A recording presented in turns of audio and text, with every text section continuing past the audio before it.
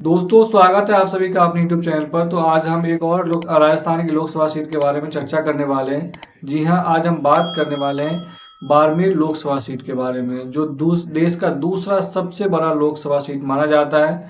लेकिन इस बार जो है यहाँ पर त्रिकोणीय मुकाबला देखने को मिल रहा है और इस सीट पर जाट और राजपूतों का वर्चस्व रहा है। त्रिकोणीय मुकाबला इसलिए क्योंकि यहाँ पर बीजेपी की जो उम्मीदवार है वो कैलाश चौधरी है। कांग्रेस की तरफ से जो उम्मीदवार है जो उम्मीदवार बेनीवाल है। जबकि एक और उम्मीदवार है जो निर्दलीय चुनाव लड़ रहे हैं, जिसका नाम है रविंद्र सिंह भाटी। जी हाँ, इन तीनों रविंद्र सिंह भाटी की वजह से ही इस बार जो मुकाबला है वो त्रिकोणीय देखने को मिल रहा है और काफी कड़ा मुकाबला होने को देखने को मिलने वाला है। क्योंकि इस बार उम्मीदवार बेनीवाल जो पहले आरएलपी के नेता थे, उन्होंने कांग्रेस ज्वाइन किया और कांग्रेस ने उसे बाड़मेर लोकसभा सीट से टिकट दे दिया है। हालांकि इस बार ऐसा ये माना जा रहा है कि जाटों का जो झुकाव है वो कांग्रेस की तरफ है। हालांकि राजपूत रविंद्र सिंह भाटी और कैलाश चौधरी बीजेपी का कैंडिडेट है और रविंद्र सिंह भाटी जो है वो निर्दलीय चुनाव लड़ रहे हैं।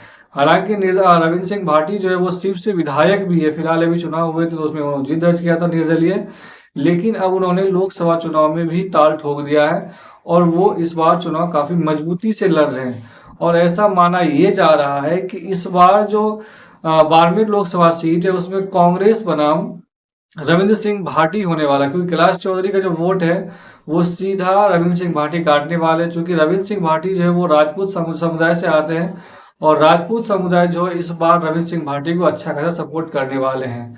तो इस वजह से ऐसा ये माना जा रहा है कि इस बार मुकाबला जो वो त्रिकोणीय है और कड़ा भी है। लेकिन देखने वाली बात ये होगी कि इस बार कौन जीतता है। अगर इस सीट की हम बात करें तो बाड़मेर जैसलमेर लोकसभा सीट में कुल 8 विधानसभा सीटें आती है, जिसमें शिव आता है, बायतू आता है, पचपदरा आता है, सिवाना आता है, गुड़ामलानी आता है और चौटन सीटें आती हैं। तो इसके बाद पिछली बार कांग्रेस ने यहाँ पर मानवेंद्र सिंह को चुनाव लड़ाया था और वो जो है वो चुनाव हार गए थे यहाँ से। हालांकि कैलाश चौधरी लगातार 2 बार इस सीट से चुनाव जीत चुके हैं और तीसरी बार वो हैट्रिक लगाने की कोशिश कर रहे हैं। रविंद्र सिंह भाटी इसलिए इस बार चुनाव लड़ रहे हैं जब बाड़मेर जैसलमेर लोकसभा सीट से, क्योंकि रविंद्र सिंह भाटी मानते हैं कि जो विधानसभा चुनाव हुआ था फिलहाल ही, उसमें कैलाश चौधरी ने उनको टिकट नहीं देने दिया विधानसभा चुनाव में, जिसकी वजह से वो निर्दलीय लड़े और जीते भी। अब ऐसा ये माना जा रहा है कि रविंद्र सिंह भाटी कैलाश चौधरी के वजह से ही इस बार निर्दलीय चुनाव लड़ रहे हैं, वहां पर ताल ठोक रहे हैं। अगर उसके बाद अगर हम बात करें तो पिछली बार कांग्रेस ने यहाँ पर मानवेंद्र सिंह भरोसा जताया था। मानवेंद्र सिंह 2019 में यहाँ पर चुनाव लड़े थे, जो काफी बड़े मार्जिन से चुनाव हार गए थे। हालांकि 2004 में मानवेंद्र सिंह चुनाव जीते थे और उनके नाम सबसे ज्यादा वोटों से जीतने का रिकॉर्ड रहा है। तो मानवेंद्र सिंह ज्यादा वोट से हारे भी थे और 2004 में जब वो जीते थे इस लोकसभा सीट पर, तो काफी बड़ी अंतर से चुनाव जीते थे, जिसका रिकॉर्ड बन गया था। अगर उसके बाद अगर बात करें तो अगर अभी फिलहाल ही चुनाव हुआ है विधानसभा का, जिसमें 8 बाड़मेर जैसलमेर लोकसभा सीट में कुल 8 विधानसभा सीटें आती हैं और 8 विधानसभा सीट में किस पे किसका कब्जा है, तो इस पर अगर हम बात करें तो कुल 5 सीटों पर बीजेपी का कब्जा है। एक सीट पर जो है वो निर्दलीय लड़े हैं, जिस पर रविंद्र सिंह भाटी चुनाव जीत चुके हैं और केवल कांग्रेस इस 8 में से केवल एक ही सीट पर कांग्रेस ने जीत दर्ज किया था, बायतू से, जहां पर हरीश चौधरी ने चुनाव जीत दर्ज किया था। और इसी बायतू सीट पर उम्मीदवार बेनीवाल भी चुनाव लड़े थे आरएलपी के सिंबल पर। हालांकि इन दोनों के बीच में काफी फाइट हुआ था हरीश चौधरी और उम्मीदवार बेनीवाल के बीच में। कुछ ही हजार यानी 1 से 1,500 वोटों के अंतर से ही उम्मीदवार बेनीवाल जो है वो बायतू से चुनाव हार गए थे।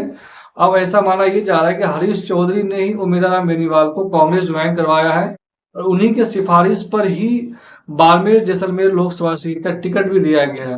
और ऐसा ये माना जा रहा है कि इस बार सभी कांग्रेस के कद्दावर नेता, चाहे वो हेमाराम चौधरी हो, हरीश चौधरी हो और जो भी इधर से नेता है, बड़े बड़े नेता है, उन सभी ने इस बार उम्मीदवार बेनीवाल के साथ खड़ा हुआ है। इस बार मुकाबला थोड़ा टक्कर इसलिए माना जा रहा है क्योंकि आरएलपी के साथ कांग्रेस ने गठबंधन कर लिया है और आरएलपी को गठबंधन के तहत नागौर का सीट दिया गया है।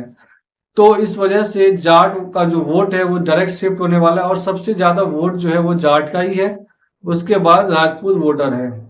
लेकिन राजपूत वोट जो है वो रविंद्र सिंह भाटी के खाते में जा सकती है, जिसकी वजह से कांग्रेस को ऐसा लग रहा है कि इस बार इस लोकसभा सीट पे वो जीत दर्ज कर सकते हैं।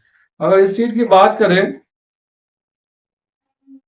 तो 9 बार कांग्रेस ने जीत दर्ज की है, 3 बार बीजेपी ने जीत दर्ज की है और 5 बार जो है किसी अन्य पार्टी या निर्दलीय कैंडिडेट ने जीत दर्ज किया है।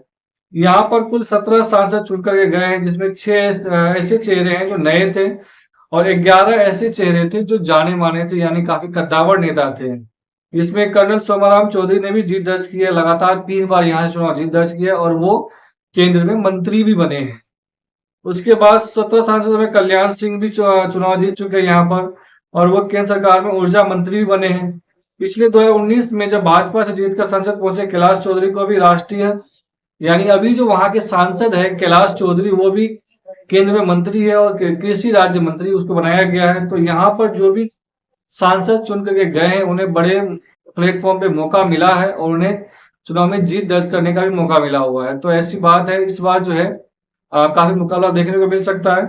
अगर हम जातिगत समीकरण की बात करें तो क्षेत्रफल के हिसाब से, रेगिस्तानी के हिसाब से ये सीट सबसे बड़ा दूसरा सबसे बड़ा सीट माना जाता है और यहाँ पर कुल 18,50,000 वोटर्स है। यहाँ कुल वोटर्स जो है वो लगभग 18,50,000 वोटर्स है और इस पर जाटों पर और जाट इस सीट पर जो है खास करके जाट और राजपूतों का काफी खासा दबदबा रहा है।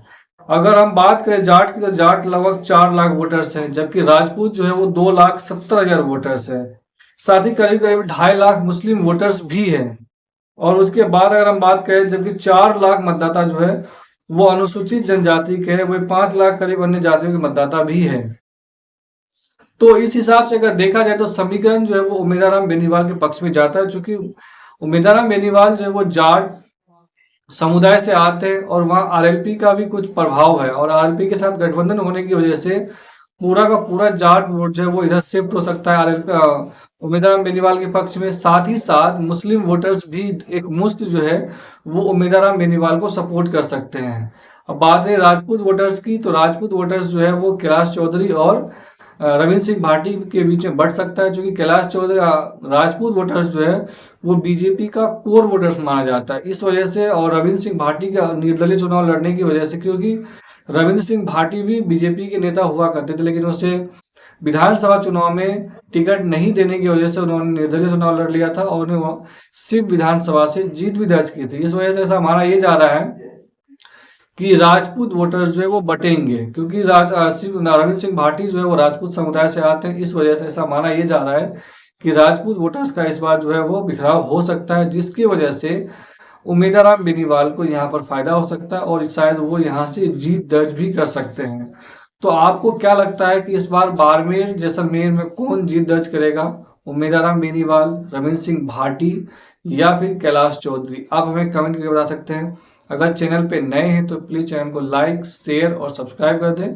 धन्यवाद।